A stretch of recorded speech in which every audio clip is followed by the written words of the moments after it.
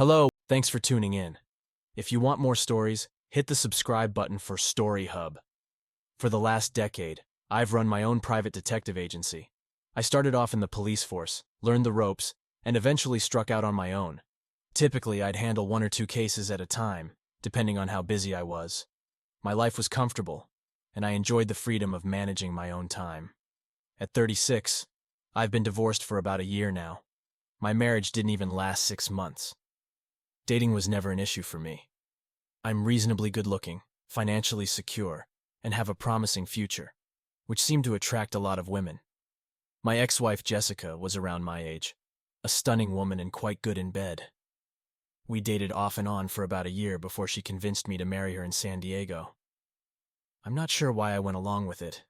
I liked Jessica, but I can't say I loved her.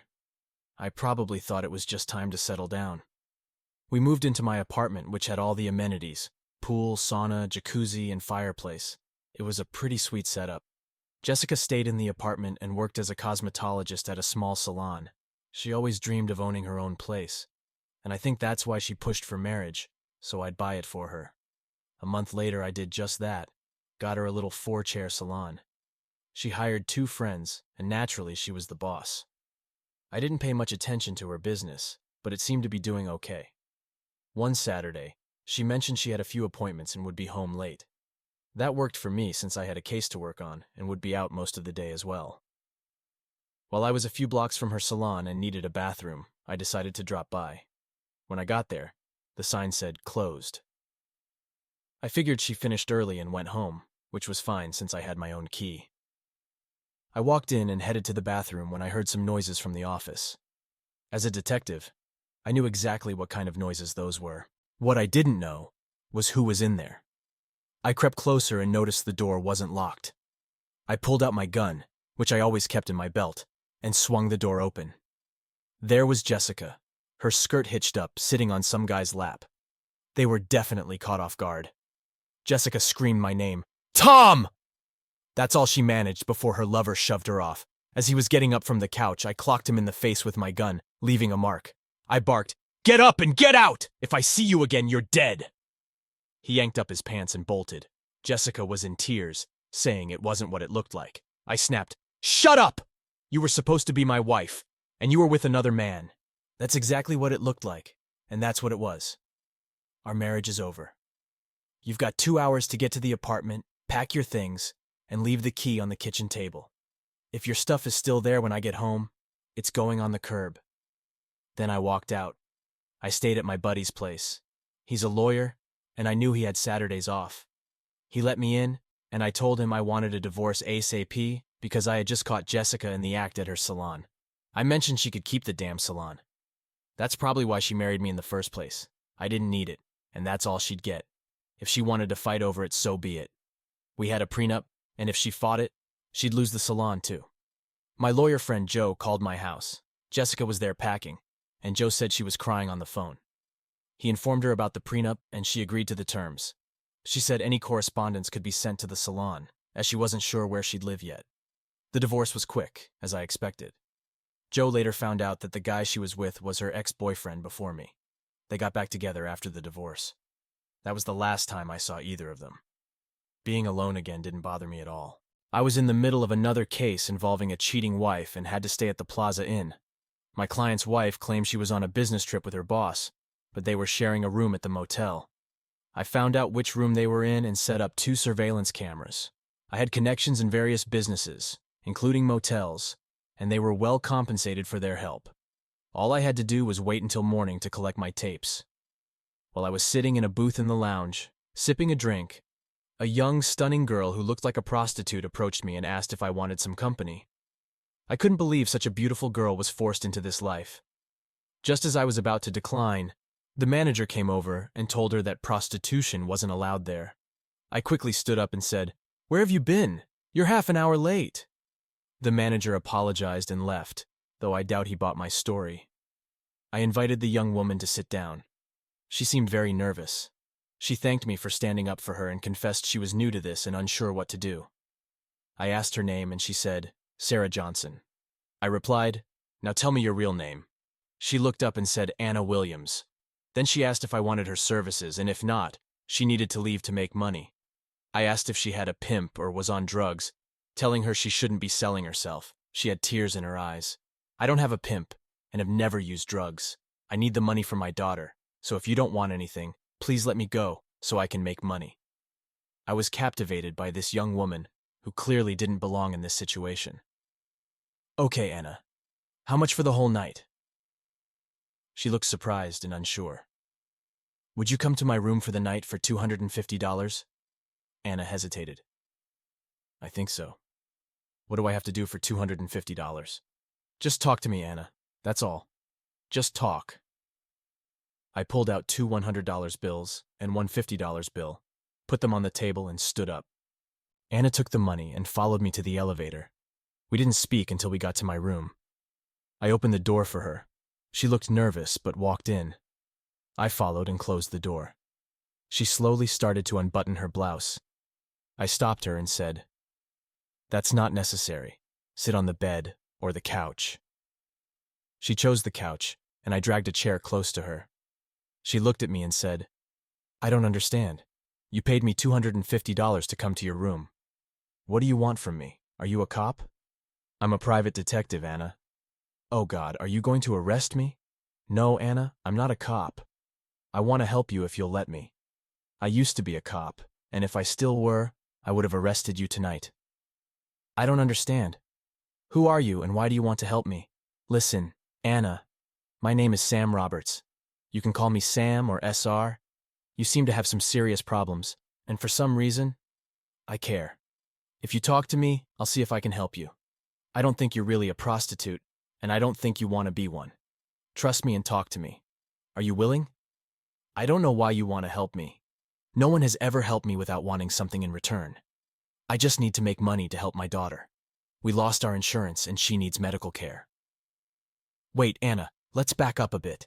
Start from the beginning. How long have you been doing this? It doesn't seem like it's been long." Anna cried. "This is my first night, and you're my second client. I need the money for my daughter's medical expenses. I understand you need money for your daughter. I get that. Tell me about your first client and why you approached me tonight." "Well, I was on the corner like in the movies, and a man asked if I'd give him a hand job for $20. I agreed. He stopped around the corner and I did what he asked. He said I looked more like a hotel girl than a street prostitute, so I decided to go into the motel and look around. I saw you sitting alone and approached you." "That's it. Damn, Anna. You could have been arrested, beaten, or even killed. What were you thinking? Where would your daughter be then?" She started crying again. I really felt sorry for her, but just giving her some money wouldn't solve her problems. "So, Anna, you mentioned this was your first and only time trying to be a prostitute. You need to be completely honest with me if you want my help. Tell me about yourself. I promise I won't judge you. I genuinely want to see if there's any way I can assist you. Why don't you start from the beginning and share your story?" Anna confirmed it was her first and only time trying to be a prostitute, then began her story. "When I was about 7 years old, the state took me into custody. Both my mom and dad were arrested by the police.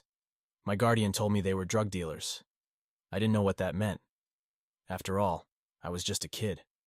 As I grew older, different foster parents tried to explain it to me. The best I know is that my parents went to prison. I never heard from them again. But one foster parent said my dad was killed in prison. I don't know if that's true. I went from one foster home to another. Some people were very kind, and others treated me with disdain. I don't really know why. They probably thought I'd become a drug addict like my parents. I did fairly well in school, considering all the transfers. I never had many friends. When their parents found out about mine, they told their kids not to associate with me. It was very hard for me. I never did anything wrong. I guess it's called the sins of the parents or something like that. As I grew older, I tried to fit in with each family. I never got too close to them because as soon as I did, I would be sent to someone else. I didn't like the last family I stayed with when I was 17. I just had to put up with them until I finished school. I met a boy in school named David Collins. You could probably say he was my boyfriend. Right after we graduated, I ran away with David. We rented a trailer. I started going to community college and worked in a store. David got a job at a local factory. Then I got pregnant. David said he was too young to be a father, and I should have an abortion or he would leave me. You must understand I never had anyone. I wasn't going to give up my baby, so David left us. I kept working until I couldn't anymore, until the baby was born. A friend I met at the store moved in with us and helped pay the rent and buy food. I had to drop out of college after Tina was born. Believe it or not, I got a job at a local bank. I did the accounting for them. It was a good job that provided health insurance for Tina and me. I still had some medical bills from the pregnancy before having insurance, but the hospital allowed me to make monthly payments. That's how things went for the last 3 years. Sue, my roommate, and I took care of Tina. I worked during the day, and Sue took care of Tina for me. Then I stayed home with Tina at night. I think Tina has developed asthma. The doctors prescribed her medication about 3 months ago. The bank said they were downsizing. I was on the list. After being let go, I looked for another job. I needed health insurance because of Tina. I was receiving unemployment benefits, but my insurance stopped. I couldn't find another job like the bank job because I didn't finish college. I was getting desperate. Tina was getting sicker and I couldn't afford her treatment. I was scared and worried about my daughter. I didn't go to Child Protective Services because I remembered my life and feared they might take Tina away. She's all I have. The medical bills were piling up, and I had to do something. So one day, I just looked at myself in the mirror and told myself, "You don't look that bad. Maybe someone will pay for a night with you." I had to do it for my daughter. As soon as I dressed up, I was scared to death. So I went out. That's all I can tell you. She cried again. "Don't cry, Anna. Everything will be fine. Are you hungry? Have you eaten lately?" She shook her head, so I ordered dinner to the room. I asked if she wanted something to drink, and she said a soda would be fine. So I ordered some sodas for us and a couple of beers for myself. While we waited for the food, I turned on the TV to watch the news and continued talking to Anna. She told me she was 22 years old, and her daughter Tina was 3 years old. While watching the news, they talked about a Special Achievement Award Harold Baxter was receiving for his contributions to many charities. I looked at Anna and saw her face twitch. It was a reflex. She said nothing. I turned off the TV when someone knocked on the door. It was my friend John, the hotel clerk, bringing our dinner. I asked him how things were going in the next room, and he laughed, saying he had heard a lot of moaning and groaning. I reminded him to call me in the morning before the room was cleaned. He said, "Yes, sir," as I gave him a good tip for delivering our dinner. Anna asked what that was about, so I told her the truth. I was doing surveillance for a client and had to finish the job in the morning. It was late, and I asked Anna if she wanted to spend the night. I didn't want to send her home so late at night. I told her she could sleep in the bed, and I would take the sofa bed. She asked if she could call her friend Liz to make sure Tina was okay. I listened to her on the phone. Liz said, "You did it, didn't you?" Anna replied, "Sort of. I'll tell you everything in the morning. Is Tina okay?" Liz responded, "I gave her medicine and told her you'd see her in the morning, and she went to sleep." "Are you going to sleep with that man?" Anna replied, "I'll tell you in the morning. Good night." I could almost hear her smile. After we finished eating, Anna went to the bathroom to get ready for bed. When she came out, she was wearing one of my long t-shirts and asked if it was okay to wear it. I smiled and said, I had never seen a t-shirt look so good. Funny, but it was true. I went to the bathroom and showered. When I came out, Anna was already asleep. She looked like an angel lying there. God, I hope she told me the truth. I really wanted to help her. The next morning I got up early. Anna was still asleep. I left her a note saying she needed to be there when I got back. I went to a local Walmart, which was open 24 hours. I went to the women's clothing section and bought her a blouse, a pair of jeans, a pack of underwear, and a pair of sneakers. Then I went to the cosmetics counter and bought her some White Diamonds perfume and a tube of lipstick that I thought would look good on her.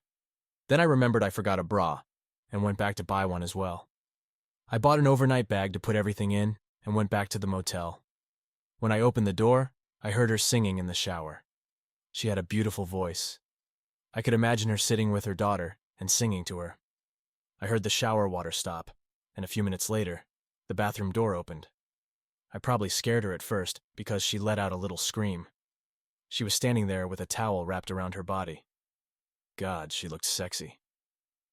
I handed her the overnight bag and she asked what it was.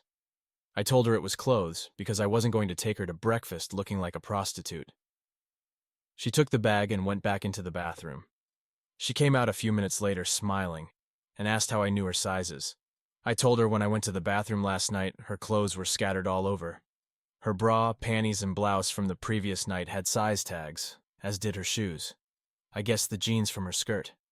I picked the perfume and lipstick because I liked them. She thanked me and kissed me on the cheek, then asked, "What's next?"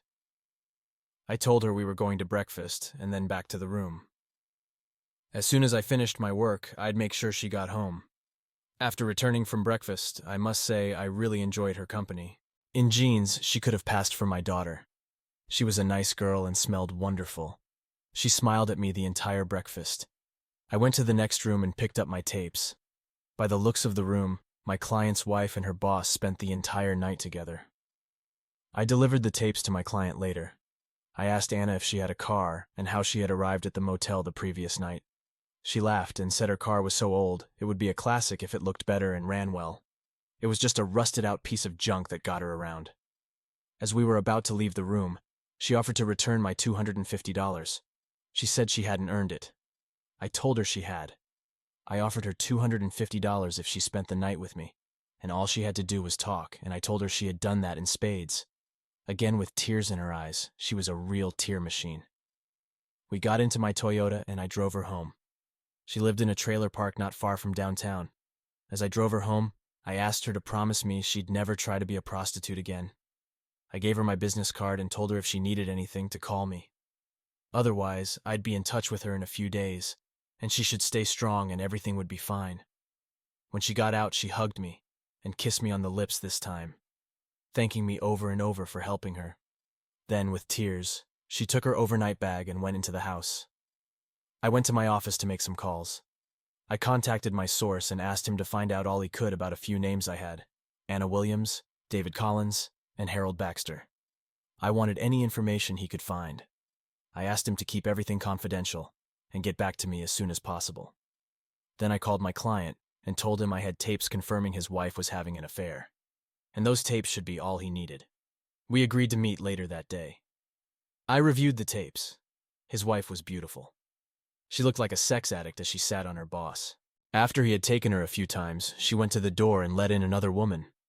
They had 2 queen-sized beds in the room, and while her boss rested on one bed, she and the other woman were on the other bed for some woman-to-woman action. That was something.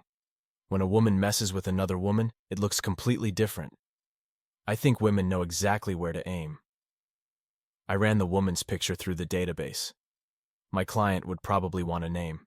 That's why I make a lot of money. I give the client what they need. I met with the client and told him he would probably want to see those tapes himself. I told him they were taken without the participants' knowledge, so they couldn't be used in court, but they could be used as leverage. Then I gave him a copy of the hallway camera tape showing who entered and exited the room and at what time. That tape could be used in court.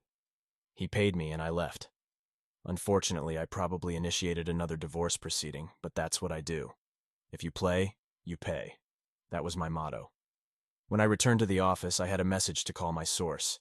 She said she had some information on the 3 people. First, David Collins was a guy who worked at a local factory. The only reason his name was in the database was because he was caught with a little weed when he was stopped for a traffic violation about a year ago.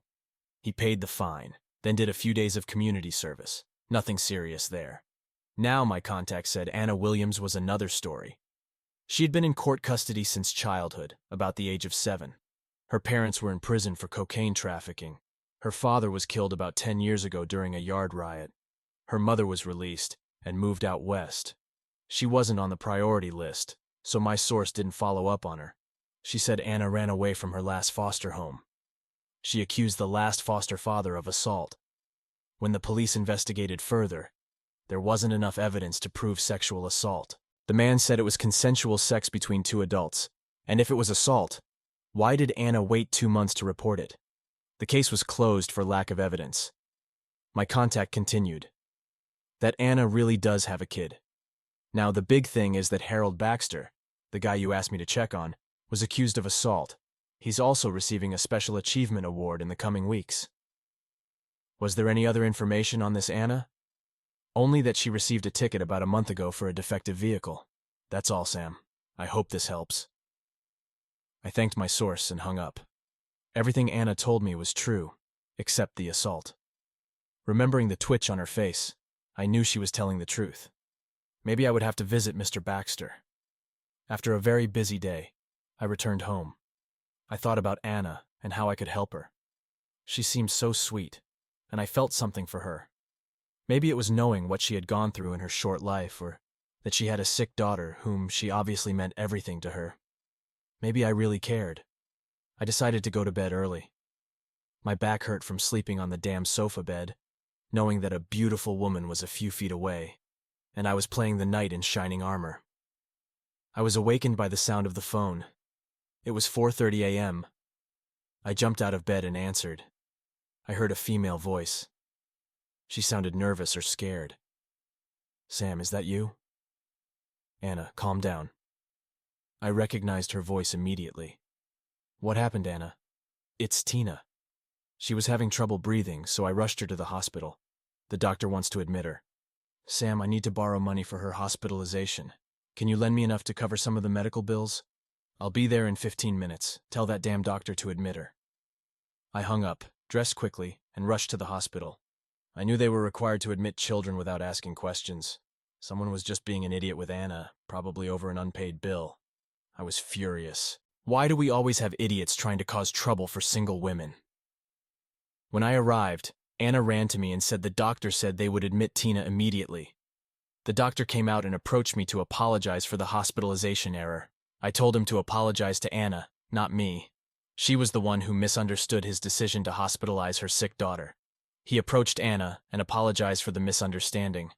I went to the reception desk and left my credit card, telling the woman at the desk to ensure all of Tina's expenses were covered. I expect to see a detailed bill when she is discharged. Also, it should include the outstanding balance on Tina's account. I saw the receptionist was nervous. She was probably the one who reported the unpaid bill to the doctor. Anna approached me with tears in her eyes and hugged me tightly. I told her everything was taken care of, and that Tina would get the best care. If there were any problems, they should inform me immediately. The doctor returned and said Tina's breathing had stabilized. They would keep her for a few days and run some tests to ensure she received the proper care and determine the treatment she needed. I saw he was trying to correct the hospitalization error. That was fine with me. I just wanted Anna to be treated better and for her daughter to receive proper care. Anna and I went to the cafeteria and had a cup of coffee, talking for a few minutes. She thanked me over and over, saying she had never met a man like me. She didn't know men like me existed. "Please, Anna, no more tears. I'm here if you need anything." Honestly, I didn't know why I was doing this for a complete stranger. I felt I had to do it. For some reason, I felt responsible. But why? She said she had to get back to Tina's room. She wanted to be close to her. I told her to call me later that day because I wanted her to come to my office when she could. There were some things I wanted to discuss with her. She said she would pay me back every dollar I lent her, even if it took her a lifetime. I just smiled and said I liked the idea of seeing her that long, and that maybe I would hold her to her word. I went home. Later that day, she called and said Tina was doing fine. The doctor said her medications weren't working, and that was why she had trouble breathing. He was confident they could find the right combination now that she had been evaluated. She would probably be discharged in a few days. She thanked me again and said she hadn't forgotten that I wanted to see her and would probably come the next day when her friend Liz was with Tina.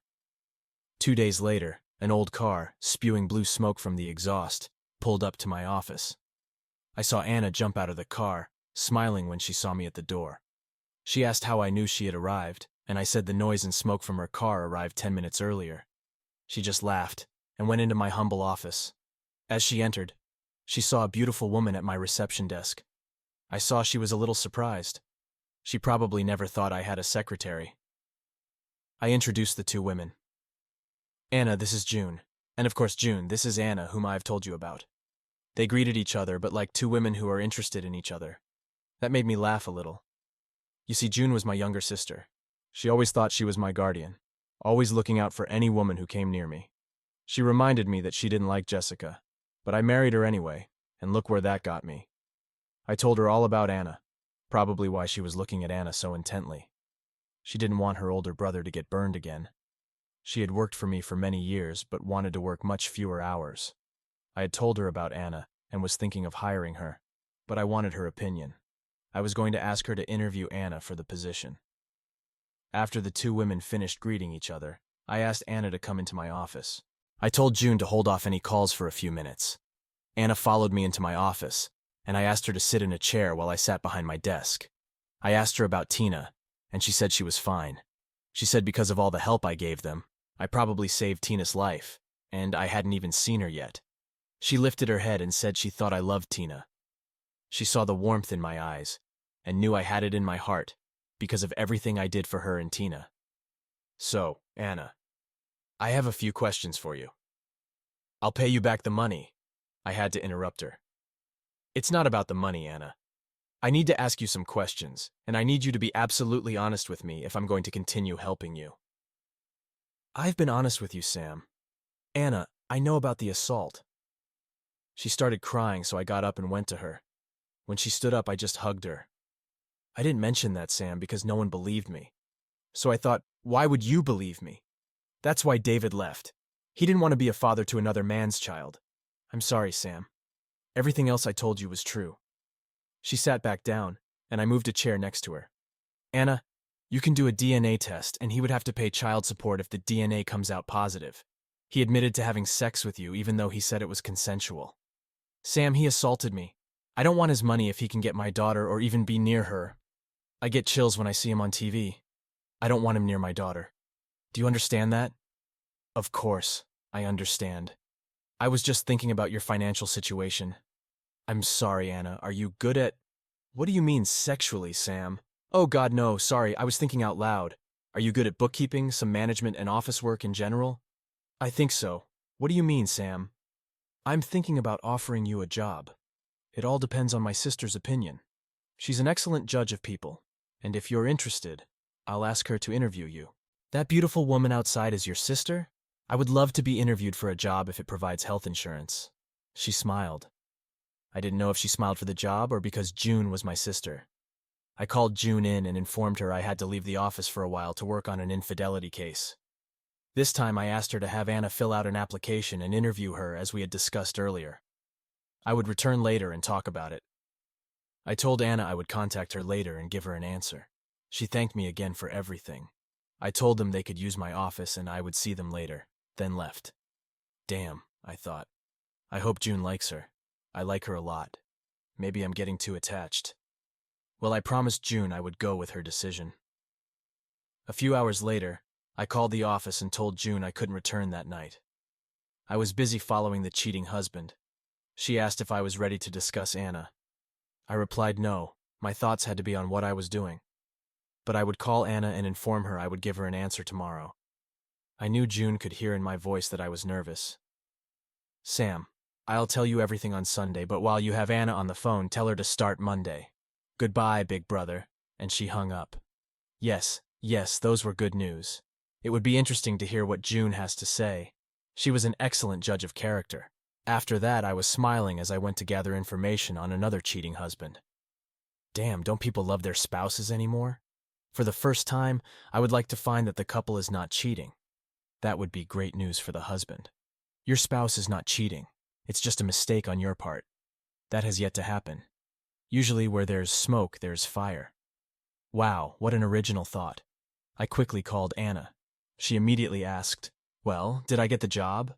I hesitated before answering. I had a habit of doing that with people. "Sam, are you there?" I heard sadness in her voice. I couldn't do that to her. "Yes, Anna, I'm here. I talked to June, but not for long. I won't be able to return tonight. She told me to tell you she prefers skirts and blouses or business suits, and to be there Monday at 9 o'clock. Do you think you can make it in that old car?" I heard her tears, but this time they were tears of joy. God, Sam, I'm so happy. Thank you, thank you, thank you. You have done so much for me and hardly know me. I'll be there, even if I have to walk all the way. Hearing her made me tear up. I had to concentrate on what I was doing at that moment, so I told her she was always welcome and would see her on Monday. I followed the cheating husband to a house in the suburbs. Damn, this looked like another desperate housewife having an affair. Gathering evidence in houses was a little trickier, but my equipment was sophisticated enough to do it. I could get sounds, and the rest were just pictures. He pulled into the driveway, and the garage door opened, and he went in. I directed my microphone toward the house and could pick up their voices. While recording the sounds, I opened my laptop and checked the address to see who lived there. Bob and Sarah Mills had lived at that address for 12 years, according to the service I used. I called my contact for a background check. I like to give clients all the information I can. She said she'd get back to me soon, so I just listened to the moans and groans coming from the house. "Do it to me, baby. This feels so good." The conversation just went on. I always wondered why men cheat. I met his wife. She was as beautiful as this woman. She didn't seem like a woman who always said no to her husband. Well, my problem was just to get the evidence. My contact called and said they had nothing on either person. I think this was just another crumbling marriage. I needed some photos as evidence so I wouldn't have to come back later. I took some pictures of his car entering and leaving the property. 2 crumbling marriages. Checking the files, I found out they were old classmates. Probably another pair of old friends trying to relive the past. Damn, I hated cases involving kids. I took the photos and recordings and delivered them to my client. It turned out they were all old classmates. My client told me Sarah was her rival in school. She thought she had won the man, but evidently, besides his money, he wasn't a great prize. My job was done. The couples could settle it in court. I went back home. I thought about Anna and little Tina, whom I had yet to meet. Some families have it all and waste it, while others struggle to make ends meet. I stopped by my sister's house on Sunday. I wanted to talk to her about Anna before seeing her on Monday. June greeted me at the door with a big brotherly hug. Her 2 kids ran, screaming, "Uncle Sam! Uncle Sam!" June had been married for about 8 years. Her husband Tom was a good guy. He was an electronics genius.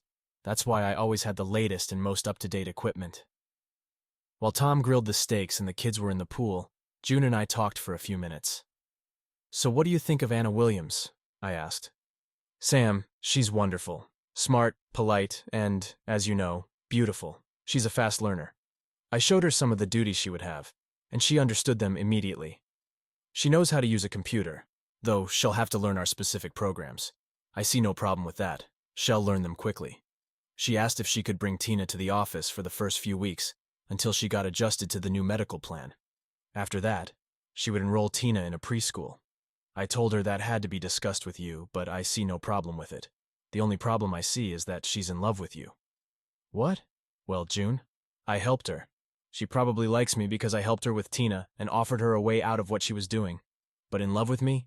Come on, I'm 14 years older than her. Sam, she is incredibly grateful for everything you've done for her.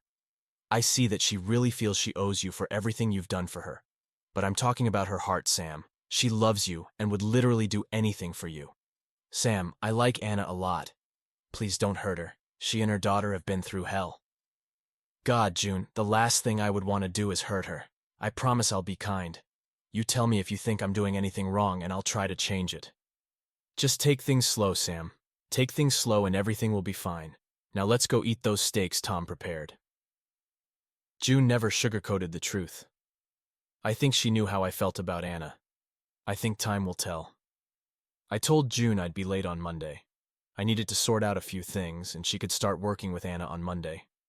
I arrived around noon. Anna had parked her old car in my spot. I had to laugh when I came in. I saw June holding the most precious little girl I had ever seen. She was a spitting image of her mother. June kissed her on the cheek and put her down. She came over to me, and I picked her up. "Hello, honey. What's your name?" "Tina Williams," she answered. "Well, hello, Tina Williams. It's a pleasure to meet you. You can call me Uncle Sam." "Uncle Sam, my mom said you saved my life. Thank you." And she hugged me tightly. This brought tears to my eyes. It was the best thank you I had ever received. I looked at June, and her eyes looked like mine. Anna came out of another office and saw me holding Tina. She smiled until she saw June and me with tears in our eyes. "Is something wrong?" she asked. "No, just a little girl made my day," I replied. I asked Anna to take her car and go to a nearby dealership and ask for Ray. He would show her some cars. If she was going to work for us, she needed something more reliable to drive. She was about to say something about the money, but instead asked if she should take Tina with her. I told her we would look after her. Ray, my car salesman, told us later that Anna arrived in her beat-up car and looked at the used cars on the lot. When he told her she wasn't allowed to have one of them, she thought they were too expensive for what she could afford. Ray took her into the showroom and told her I wanted her to pick out a new car. Ray informed her that we leased the cars rather than buying them, and that she could choose any car there within reason, and our business would pay the lease. I gave Ray a limit on the price she could choose, but I didn't want him to tell her if she exceeded the limit. I just figured she wouldn't. She looked at Alexis and smiled at Ray. This was almost double the limit I gave Ray. He said nothing until she moved to the compact cars and chose one. She wanted a 4-door so she could put Tina's car seat in it. She also said she wanted vinyl seats because she knew kids spilled things and it would be much easier to clean. Ray looked at her and told her she could pick a much bigger car if she wanted. She said she liked the one she chose but would like it in blue if they had it because that was Tina's favorite color. She asked if they had a small portable DVD player that could be attached to the seat. That way, Tina could watch cartoons or movies if they went somewhere. Ray told her there were some papers to sign and that they really did have her car in blue and would install the DVD player. It would take a few minutes, and if she wanted, she could clean out her belongings from the car because she would be trading it in, and they both laughed. She asked for some trash bags to throw all her stuff in and requested that they move the car seat to the new car. They did everything she asked and switched the plates. Before she left, Ray asked why she looked at the Lexus, but didn't ask about it. She told him it was exactly the same car Sam drove, and that made me smile. I love my little car. It's perfect for me. She put her 2 trash bags in the trunk and returned to the office. When she got back, she parked in my spot and just smiled. She came in and hugged me tightly. She said, "Oh, I'm sorry. You're my boss now." June and I both started laughing. Anna just had a way of doing little things that made us laugh. I liked her a lot. Over the next few days, Anna and June became the best of friends. They were more like sisters. It was nice to hear them laughing about different things. I could hear them from the office when I was there. Also, little Tina always came when I was in the office. She would sit on my lap while I did things on the phone or computer. She drew or doodled. I was in love with this little girl and knew I felt the same about her mother. It was just hard to admit it. We had a working relationship in the office, but a couple of nights a week we went out to dinner. We always took Tina with us. One morning I decided to visit Mr. Harold Baxter. I had to be careful with him. I knew he had assaulted Anna, and I knew she didn't want anything to do with him. I had an appointment with him that morning. His secretary informed him I was here. I waited a few minutes before she told me I could go in. "So, Mr. Sam Roberts, you're a private detective. What can I do for you?" "Mr. Baxter, I'm here on behalf of Anna Williams." "What is this about? That case is closed. I never assaulted that. We had consensual sex. If you have more questions, you can contact my lawyer. And now, please leave." "All right, Mr. Baxter. I'll go to the newspaper and tell them about your unacknowledged daughter. Your big news about the Special Achievement Award you're receiving next week. I'm sure they'll love this story." "Daughter? What daughter?" he asked. "You're a son of a bitch. I'm getting tired of playing games with you. This is an easy way out for you. If you prefer, you can pay all her medical bills and child support for 18 years instead. Then all your relatives and the public will know too." This was my offer to Miss Williams, but she didn't want her attacker near her daughter. "As proof, I'll give you a copy of her daughter's DNA so you can take it to your lawyer. You can compare it with your DNA. I'm sure he'll agree with this arrangement. Unfortunately, this lets you off the hook. I'll be back in 2 days to pick up the letter and check. If you feel really lucky, we can go to court." I thanked him for his time and said I would see myself out. When I returned to the office, June asked to talk to me privately. We went into my office and she asked, "When are you going to ask Anna to marry you?" She said she knew I loved Anna. She saw it in my face every time I looked at her. I told her I was taking things slow like she told me. I almost hadn't kissed her.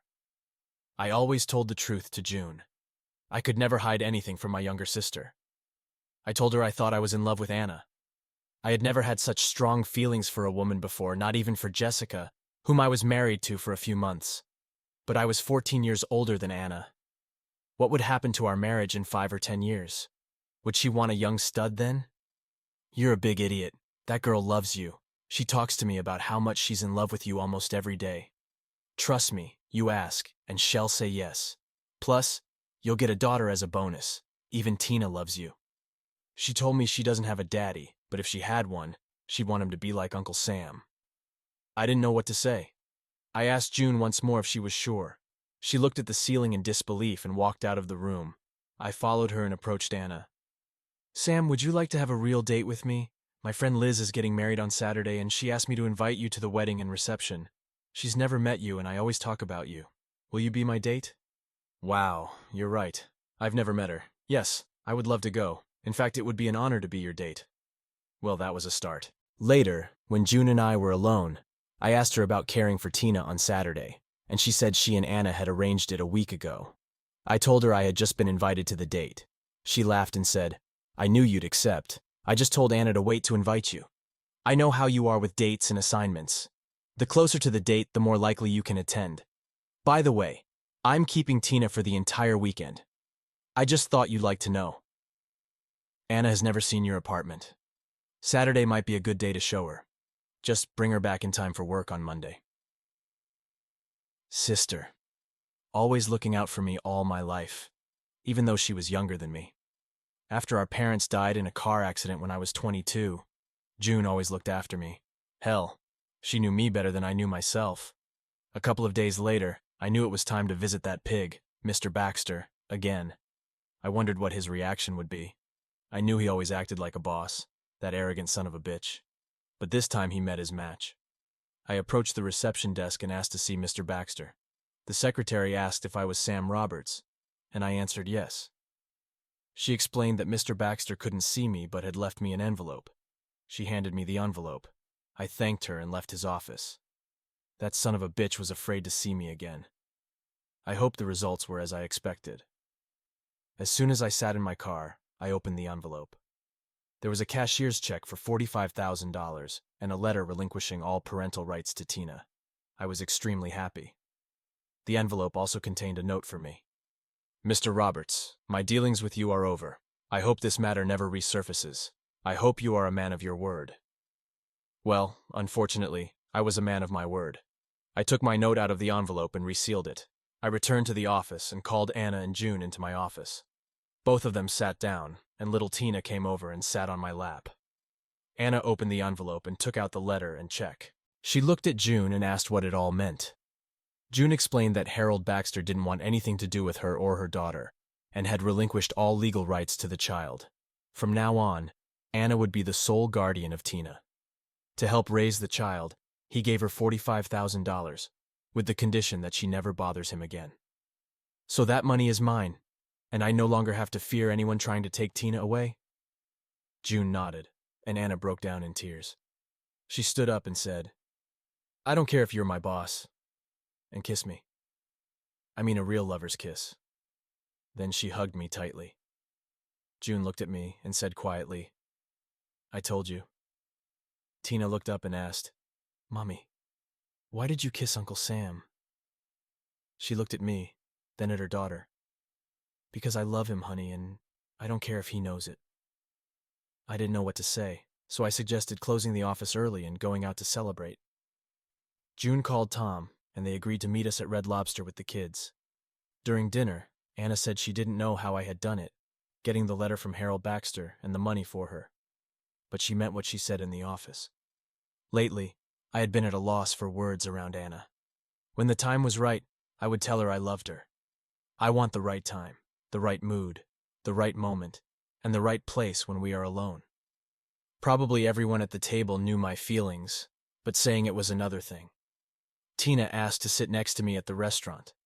She ended up between her mother and me. It really relieved some of the pressure until my sweet little Tina looked up from the table and shouted in the entire restaurant, Uncle Sam, do you love my mommy? She said today she loves you. Out of the mouths of babes. What to say? It wasn't quite the time or place, so I told Tina I had a secret for her. She leaned over and put her ear toward me. I whispered so low only she could hear. Yes, I love your mommy, and I love you too. She looked at me with surprise or joy or something. She stood up on the chair and hugged me. Then she turned to her mother and said, Mommy, Uncle Sam loves both of us, smiling at her mother. Honey, that was a secret. You weren't supposed to tell anyone, I responded. Oh, I'm sorry, Uncle Sam, but I don't keep secrets from Mommy. She told me to tell her everything. That way she can protect me better. I looked at the group laughing at the table and tried to ignore their comments. In 2 days, I would go to the wedding with Anna. Maybe the mood would be a little better for romance. When I went to work on Friday, June came into my office. She handed me a check for $2,387. She said Anna said that was what she owed me for covering all the medical bills. Then June handed me three $100 bills. She said Anna said it was unearned money and was returning it, as she could now afford it. June laughed and said Anna said the day she considered she had earned it, she could give it back to her. I picked Anna up Saturday afternoon for our date. Liz had already left for her wedding. That meant from that day on, Anna and Tina would be living in the trailer alone. June was there picking up Tina when I arrived. She looked around the trailer, then approached me before Tina came out. Big brother, listen to your heart and do the right thing tonight. I knew what she meant, and that was my plan. Never in my life had my younger sister tried to set me up with a woman. She never trusted them, or maybe she always knew what was in my heart. I'll never know, but her instincts were the best I ever knew. Anna appeared at the door. She looked like an angel in blue. I can't describe how I felt at that moment.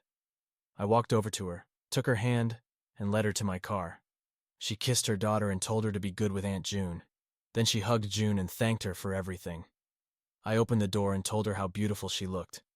I got in the car, and we headed to the wedding. We entered the church and sat down. When the wedding started, I just took Anna's hand. I watched the bride approach. I was a bit surprised to see it was an older woman, maybe in her 60s. It never occurred to me it could be an older woman. As she walked past us, she smiled at Anna, who had already started crying. I handed her my handkerchief. I knew she was happy for her friend, but probably thinking about her own wedding, and if it would ever happen. At the reception, she introduced me to Liz. I congratulated her and, of course, wished her the best. "It's a pleasure to finally meet you," she said. "Thank you for everything you've done for Anna. I always wondered what a guardian angel would look like, and now I know." Then she gave me a big hug. Throughout the night, I danced every slow dance with Anna. I told her how wonderful she looked and how good she smelled. "You better like it. You bought it for me along with the lipstick." I remembered buying the lipstick and White Diamond's perfume. I kept holding her close, then closer. Her friend Liz asked for a dance. While dancing, she told me how much Anna cared about me. It seemed everyone knew. Some men asked Anna to dance, but she turned them all down. The groom asked for a dance, and they danced for a few minutes. Then came over to me and Liz, and we switched partners. I had Anna back in my arms. I asked her why she didn't dance with others. She said it was our first real date, and she preferred to dance only with me. I thought it was time to open my heart. Anna and I went out to the terrace where we were alone. I took a deep breath and started. "Anna, I love you with all my heart and soul. I know you know it. It seems everyone knows it. I want you to marry me, but I'm afraid our age difference might be a problem." She stopped me by putting her finger on my lips. Then she spoke. "Sam, our ages don't mean anything to me. I don't care if you were 22 or 62. You're the sweetest, kindest, most wonderful man I've ever met. I knew I loved you from the first night we were together. I was afraid I wasn't worthy of you. But the more I learned about you, the more I fell in love with you. If the proposal is still on, I would be delighted to marry you and be your wife." I kissed her tenderly, with love. "Anna, there's something I have to tell you. Maybe I'm not a good lover. You know I've had sex because I have a daughter, but I've never made love. I'm a little scared I might not be able to satisfy you." I looked into her ever-crying eyes and said, "I want a wife who can make love. Will you come to my house tonight and see how we get along?" I had no doubts about our love. I had wanted her since the night I picked her up at the motel. I haven't had sex with anyone since that day. I don't usually sleep with someone on the first date, but for you, I'll make an exception. Can we leave now and get a little head start? We said our goodbyes to Liz and her husband. I saw Anna whisper in Liz's ear. I knew she was telling her I had proposed. I saw how they hugged, and we left. When we arrived at my condo, Anna couldn't believe it. She saw the pool, the sauna, and the jacuzzi. I asked her if she wanted to start with the jacuzzi. She shook her head, and we headed to my condo. She marveled at how nice the place was, but said it needed a feminine touch. She was right. There's something about the way a woman decorates that always looks and feels more like home. I took her through the rooms and then to the master bedroom. She saw the large bed and smiled at me, saying, "I want to start here," pointing to the bed. There we were in my bedroom. We were both a little nervous. I had done this dozens of times. Hell, I was 36 years old. Why was I nervous? I went to the CD player and put on some romantic music, playing softly in the background. I turned on the corner lamp and turned off all the other lights. I asked Anna if she really wanted to do this, and she replied, "More than anything, please be gentle with me." I approached the zipper of her dress and slowly pulled it down. I slipped the dress off her shoulders, and it fell to the floor. She stepped out of it, and I picked it up and placed it on the chair. I took her in my arms and kissed her. She smelled so good. I kept kissing her, but always tenderly, almost without touching our lips together. I quickly took off my jacket while she undid my tie. I started unbuttoning my shirt when she slapped my hand and said she wanted to do it. As she took off my shirt, she unbuckled my belt and unzipped my pants. We were both left in our underwear. She sat on the edge of the large bed. I gently pushed her back so she was lying on her back with her legs hanging over the edge. All the while, the romantic music played in the background. There were many sighs and moans from Anna. No words were spoken. This was driving me crazy. Finally, I went directly for the gold. She screamed, "God, oh God, I've never felt anything like this." And then she exploded again. She moved to the center of the bed, and I joined her. God, Sam, that was the best feeling I've ever had in my life. I started kissing her again. She kissed me harder and harder with great passion. "Sam, give me pleasure. You've given me so much, and I want to do it for you. I love you, Sam. I love you so much." After the spasm subsided, she was about to get up when she said, "I think I'm going to make a mess when I get up." We rested for about 30 minutes, and I asked if she had packed a swimsuit in her overnight bag. She lifted it, and I said we could go refresh in the pool and then get ready for more love. "Sam, I like it when you say love instead of sex because with you, that's what it is. I've had sex, but I've never made love until tonight with you. There's a lot more love in this old body. I just need an hour or two to recover. Let's go to the pool and then come back and see what happens." She put on a cute bikini that looked wonderful on her, and I put on my swimming trunks, and we headed to the pool.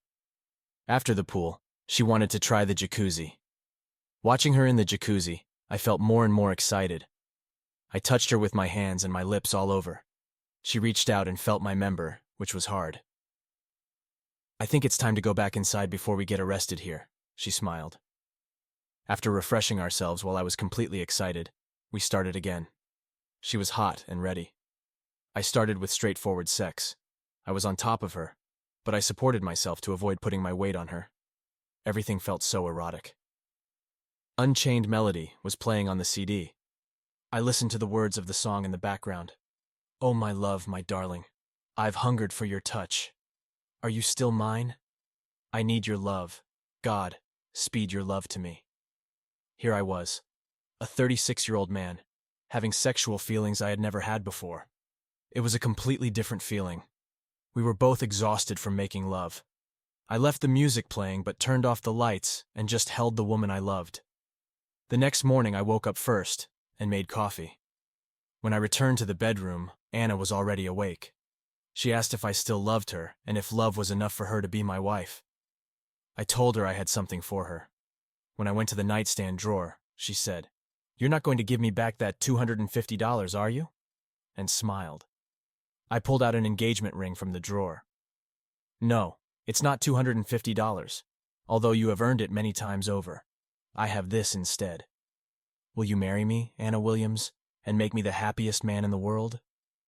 I took her hand and put the ring on her finger.